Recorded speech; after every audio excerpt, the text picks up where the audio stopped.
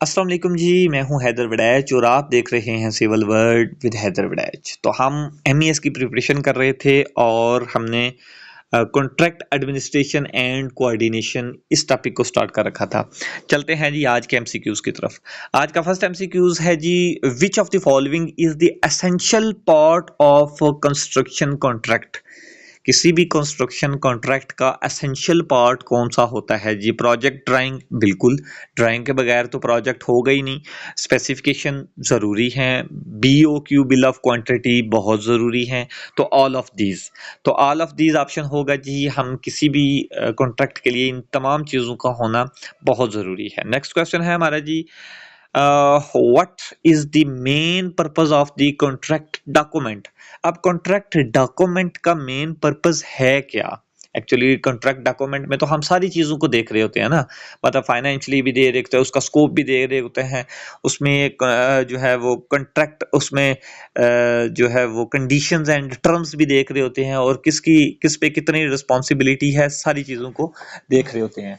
ठीक है, तो जी जो कॉन्ट्रैक्ट डॉक्यूमेंट होता है इसमें हम किन चीज़ों को देखते हैं जी? किसको डिफाइन करते हैं? To define scope, terms and obligations of parties. ठीक है, इन सारी चीज़ों को हम देख रहे होते हैं। नेक्स्ट है जी, which FIDIC contract type is used for large infrastructure project. ठीक है, मैंने आपको बताया था फीडिक जो है वो फीडिक के आगे जो है वो कॉन्ट्रैक्ट टाइप्स अलग अलग हैं। तो क्वेश्चन है जी, FIDIC contract type is used for the large infrastructure project. अगर हमारा कोई लार्ज इंफ्रास्ट्रक्चर प्रोजेक्ट है तो उसके लिए हम किस टाइप का जो है वो कॉन्ट्रैक्ट जो है उसमें यूज करेंगे। तो जी फीडिक में अलग अलग बुक्स हैं। रेड बुक है, येलो बुक है, सिल्वर बुक है। ठीक है, और जो है ना, क्वेश्चन हमारा था लार्ज जो इंफ्रास्ट्रक्चर प्रोजेक्ट हैं इनमें कौन सी बुक जो है उसको हम फॉलो करते हैं। तो इसके लिए हम फॉलो करते हैं जी सिल्वर बुक को। ये रेड बुक लिखा हुआ है, इसको इस पे मैं इत्फाक नहीं करूंगा। अच्छा जी, सिल्वर बुक कैसे? अब रेड बुक कहाँ पे यूज होती है? रेड बुक यूज होती है हमारी सिविल सिविल इंजीनियरिंग के जो प्रोजेक्ट्स हैं ना, जो मतलब सिंपल सिविल इंजीनियरिंग के जो प्रोजेक्ट्स हैं उनमें यूज होती है रेड बुक। अब सिंपल कौन से प्रोजेक्ट्स होते हैं? फॉर एग्जांपल ऐसा प्रोजेक्ट जिसके हमें ड्राइंग, डिज़ाइन वगैरह हर चीज़ हमें प्रोवाइड होती है, हम आगे किसी कंट्रैक्टर को देते हैं और कंट्रैक्टर जो है उसको जो है वो एग्जीक्यूट करता है। तो मतलब हमारे पास जो है वो डिज़ाइन ऑलरेडी होता है, कंस्ट्रक्शन जो है वो एक थर्ड कॉन्ट्रैक्टर करता है। जबकि जो येलो बुक होती है ना, येलो बुक में होती है, येलो बुक में जो है ऐसा कॉन्ट्रैक्ट होता है जिसमें अब डिज़ाइन भी और बिल्डिंग भी, यानी कि ये येलो बुक किसको कवर कर रही होती है? Design and build. ठीक है, मतलब ऐसा कॉन्ट्रैक्ट होता है जिसमें कॉन्ट्रैक्टर डिज़ाइन भी करता है और बिल्ड भी करता है। ठीक है, मतलब सारा ए टू जी बना के उसको जो है ना आगे क्लाइंट को जो है प्रोवाइड कर देता है। सिल्वर बुक कौन सी होती है जी? जो लार्ज इंफ्रास्ट्रक्चर है ना हमारे, उनको डील करने की ये सिल्वर बुक होती है। ग्रीन जो है ये सिंपल छोटे छोटे प्रोजेक्ट्स के लिए होती है। ठीक है, अच्छा जी, नेक्स्ट क्वेश्चन है जी, who is the responsible for ensuring contract compliance. ठीक है, रिस्पॉन्सिबल कौन होगा जी ये कॉन्ट्रैक्ट को जो है ना मतलब मुकम्मल करवाने के लिए? तो कॉन्ट्रैक्ट एडमिनिस्ट्रेटर होगा। कॉन्ट्रैक्ट एडमिनिस्ट्रेटर ने जो टर्म्स एंड कंडीशन सारी जो है वो कॉन्ट्रैक्ट डॉक्यूमेंट बनाए हुए हैं, ठीक है, वही जो है वो इस जो है ना इंश्योर होगा। Who is the responsible for ensuring contract compliance? कौन रिस्पॉन्सिबल होगा जी? कॉन्ट्रैक्ट एडमिनिस्ट्रेटर ही रिस्पॉन्सिबल होगा। अच्छा जी, नेक्स्ट क्वेश्चन है जी, विच टाइप ऑफ कॉन्ट्रैक्ट। ठीक है, टाइप ऑफ कॉन्ट्रैक्ट कौन सी टाइप है? Including the clause for the price acceleration. Price acceleration क्या होती है कि जो किसी भी चीज़ की प्राइस है, प्राइस का इंक्रीज हो जाना। मार्केट में किसी चीज़ की प्राइस 100 है और वो जब हमने काम ले लिया और एक माह बाद जो है वो 120 हो गई। ठीक है, एक सीमेंट बैग की बात ले लेते हैं कि अगर वो 1000 का था तो 1200 का हो गया, तो इट्स मीन एक सीमेंट बैग में 200 जो है वो रेट जो है वो एक्सीड हो गई, यानी कि प्राइस है एक्सकलेशन होगी, प्राइस प्राइस एक्सकलेशन हो जाए तो उस पे कौन सी जो है ना, due to the inflation, inflation की वजह से प्राइस प्राइस ज़्यादा हो गई है। तो क्वेश्चन क्या पूछा जा रहा है, which type of the contract includes A clause, कौन सी क्लॉज होगी फॉर द प्राइस एक्सकलेशन के लिए, तो एक्सकलेशन क्लॉज कॉन्ट्रैक्ट होगा। जो एक्सकलेशन को देखेगा वो कौन सी क्लॉज होगी जी, एक्सकलेशन क्लॉज ही होगी।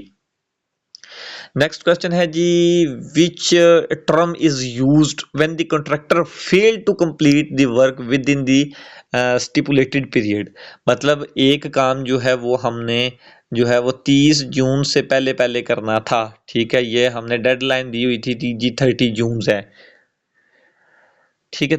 30 जून से पहले पहले अगर कोई काम करना है तो काम जो है वो 30 जून से पहले कंप्लीट नहीं हुआ, ठीक है। तो अगर कंप्लीट नहीं हुआ, दिन ज़्यादा हो गए, मतलब कि जुलाई भी, मतलब 1 2 3 माह जो है वो एक्सीड हो गए, तो उसके लिए अब क्वेश्चन ये पूछा जा रहा है, तो उसके लिए हम क्या करते हैं। क्वेश्चन ये है, which term is used when the contractor fail, contractor जो है वो फेल हो जाता है to complete the work within the stipulated period, मतलब जो पीरियड था उस पीरियड में काम करने नहीं कर पाया कॉन्ट्रैक्टर, तो हम कौन सी टर्म यूज करते हैं, हम टर्म यूज करते हैं लिक्विडिटी डैमेजेस, ठीक है। हम पेनल्टी डालते हैं, उसको जुर्माना डालते हैं, ठीक है, कि 30 जून से पहले पहले आपने काम नहीं किया। ये कॉन्ट्रैक्ट एग्रीमेंट में हमने लिखा होता है कि अगर काम ना किया, काम इससे लेट हो गया, तो जितने दिन लेट हुआ उस हिसाब से लिक्विडिटी डैमेजेस जो है ना वो टर्म लगाई जाएगी। अब लिक्विडिटी डैमेजेस एक जुर्माना है, एक पेनल्टी है, ठीक है, जिसकी मद में उसकी अमाउंट से डिडक्शन की जाती है, ठीक है, कि उसने काम टाइम पे कंप्लीट नहीं किया, ठीक है। मतलब पेनल्टी को हम बोलते हैं LD, liquidity damages.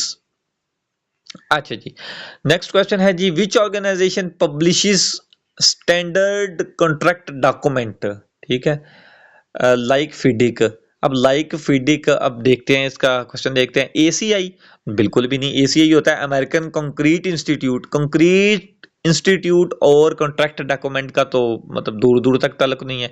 ASME, American society of mechanical engineer, mechanical engineer हैं, इनका कॉन्ट्रैक्ट के साथ होता, लेकिन नहीं। ISO, international organisation of standardisation, ठीक है, तो ये स्टैंडर्डाइजेशन को देख रही होती हैं, सेफ्टी को देख रही होती हैं, ठीक है, तो इन चीज़ों को देख रही होती है, तो इसका भी ताल्लुक तो कॉन्ट्रैक्ट डॉक्यूमेंट के साथ नहीं है। तो आज आके फेडिक, मतलब ये क्वेश्चन सिर्फ कंफ्यूज करने के लिए, लाइक फेडिक, फेडिक लाइक लिख दिया को, मतलब ये फेडिक तो ऑप्शन नहीं होगा, बाकी होंगे, तो इसका आंसर ये फीडिक ही होगा, ठीक है, फीडिक ही होगा जो कॉन्ट्रैक्ट डॉक्यूमेंट को डील कर रहा होता है, ठीक है। नेक्स्ट क्वेश्चन है जी, क्वेश्चन है, व्हाट डज EOT, EOT क्या चीज है जी, stand for contract administration. EOT होता है एक्सटेंशन ऑफ टाइम, ठीक है। फॉर एग्जांपल मैंने आपको बताया कि कॉन्ट्रैक्टर किसी स्पेसिफिक टाइम में काम कंप्लीट नहीं कर पा रहा या उसने नहीं किया, तो उसको लिक्विडिटी डैमेजेस जो है ना उसकी मद में जुर्माना पे करना पड़ता है। तो उसके लिए क्या होता है, एक ये शिक होती है एक्सटेंशन ऑफ टाइम, ठीक है, कि मतलब डिपार्टमेंट से या उस क्लाइंट से जो है वो परमिशन ले ले, एक्सटेंशन ले ले काम की, इसको बोलते हैं EOT, ठीक है। तो ये है जी, व्हाट डज EOT, EOT क्या है जी, एक्सटेंशन ऑफ टाइम, ठीक है। और ये बाज़ दफ़ा एक्सटेंशन ऑफ टाइम दिया जाता है, बाज़ दफ़ा नहीं दिया जाता, और इसकी भी शिक होती है ना कि अगर कोई सिनेरियो इस तरह का बन गया, कोई जंगी हालात बन गए, कुछ मतलब जिसमें कंट्रैक्टर का कोई कसूर नहीं है, तो उसको जो है एक्सटेंशन दी जा सकती है, बाकी डिपार्टमेंट की मर्जी हो तो एक्सटेंशन दी जा सकती है। EOT क्या होता है, एक्सटेंशन ऑफ टाइम, ठीक है। नेक्स्ट क्वेश्चन है जी, which clause allow the change to the made after signing the contract, ठीक है। कॉन्ट्रैक्ट दे दिया गया, अब कॉन्ट्रैक्ट देने के बाद उसमें अगर कोई वेरिएशन करनी है तो वो कौन सी क्लास है, टर्मिनेशन क्लास। टर्मिनेशन क्लास तो जो है वो काम को बंद करने की, टर्मिनेट करने की सारी उसमें जो है वो डिटेल लिखी होती है, तो टर्मिनेशन क्लास तो नहीं है। वेरिएशन क्लास, बिल्कुल वेरिएशन या चेंज ऑर्डर हम जो करते हैं, वेरिएशन काम चेंज कर रहे हैं, मॉडिफिकेशन कर रहे हैं, तो वेरिएशन क्लास होगा। पेनल्टी क्लास नहीं, ये तो लिक्विडिटी डैमेजेस वगैरह काम नहीं किया तो उस पर होंगे। लाइबिलिटी क्लॉज, लाइबिलिटी क्लास तो होता ही काम कंप्लीट होने के बाद है, ठीक है। तो वेरिएशन क्लास जो है ये करेक्ट ऑप्शन होगा।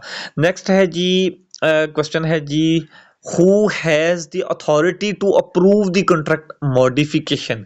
अब जो कॉन्ट्रैक्ट की मॉडिफिकेशन हुई यानी कि जो हमने वेरिएशन की, वो वेरिएशन कौन करेगा? ठीक है, क्लाइंट तो करेगा ही करेगा, क्योंकि क्लाइंट जो है वो क्लाइंट ही तो है। ठीक है, और इसके अलावा जो वेरिएशन करनी है उसको क्लाइंट प्लस इंजीनियर अलाउ करेगा। ठीक है, क्लाइंट प्लस इंजीनियर यानी बोथ ए एंड बी। ठीक है, नेक्स्ट है जी, what is the function of the dispute resolution. Resolution clause मतलब आप जो डिस्प्यूट हुआ उसको सॉल्व करना है, उसकी क्लास कौन सी होगी, मतलब कौन सी ऐसी क्लास है जो इसको डील कर रही होती है।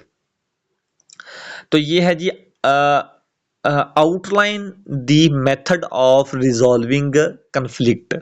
तो मतलब जो कंफ्लिक्ट को रिजॉल्व करने के जो है ना वो मेथड हैं, यही जो है डिस्प्यूट, यही फंक्शन होता है डिस्प्यूट रेजोल्यूशन का या रिसोल्यूशन का।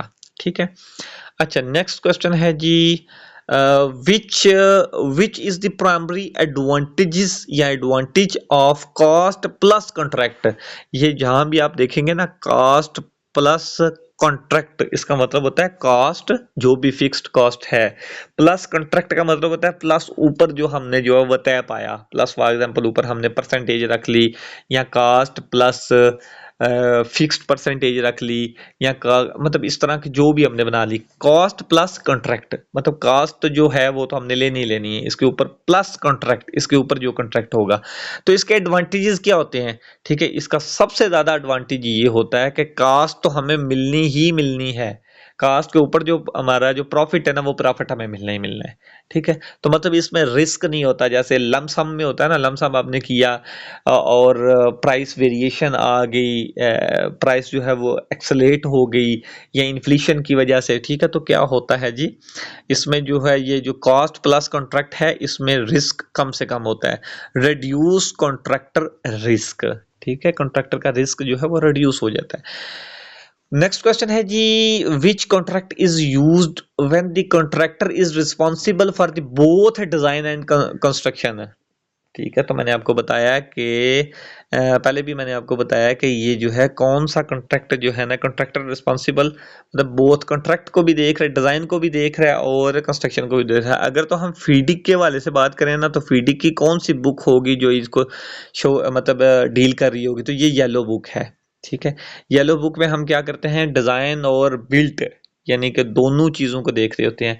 इसके अलावा एक होता है जी engineering procurement and construction, EPC. ठीक है, ईपीसी कॉन्ट्रैक्ट एक ऐसा कॉन्ट्रैक्ट होता है जो कि इंजीनियरिंग प्रिक्योरमेंट और कंस्ट्रक्शन देख रहा होता है। इसके अलावा होता है टर्न की कॉन्ट्रैक्ट। ठीक है, अब इधर चेक करते हैं इधर क्या है जी, मतलब इधर तो सिंपल लिखा होगा, बाकी चीजें बाद में देखेंगे। इसमें सिंपल लिखा हुआ है ये कौन सा जी, डिजाइन बिल्ड कॉन्ट्रैक्ट ही होगा। डिजाइन बिल्ड कॉन्ट्रैक्ट फीडिक के मुताबिक येलो बुक जो है ना वो डील करती है। ठीक है, अच्छा जी नेक्स्ट क्वेश्चन है जी, which clause in FIDIC defines the contractor payment. Payment को कौन देखेगा, मतलब पेमेंट जितनी भी होगी वो कौन सी क्लास है, फीडिक की क्लास नंबर 14, 14 नंबर क्लास जो है वो पेमेंट को देखेंगे। ठीक है, अच्छा जी नेक्स्ट क्या है जी, what is the term for partial payment. अब पार्शियल पेमेंट का क्या मतलब होता है, पार्शियल पेमेंट का मतलब होता है कि हमने काम कंप्लीट नहीं किया। ठीक है, और मतलब रनिंग बिल। ठीक है, काम हमारा 25% हो गया तो हम बिल दे सकते हैं, इसको हम रनिंग बिल बोलेंगे। काम हमारा 50% हुआ, 75% हुआ, तो हम पेमेंट इसको कर सकते हैं। ठीक है, इसको partially payment made contractor during the project execution, कि प्रोजेक्ट अभी एग्जीक्यूशन हो रही है तो ये फाइनल बिल होगा, नहीं फाइनल बिल नहीं, प्रोग्रेस पेमेंट होगी तो यस प्रोग्रेस पेमेंट होगी, मतलब प्रोग्रेस चल रही है तो प्रोग्रेस पेमेंट होगी।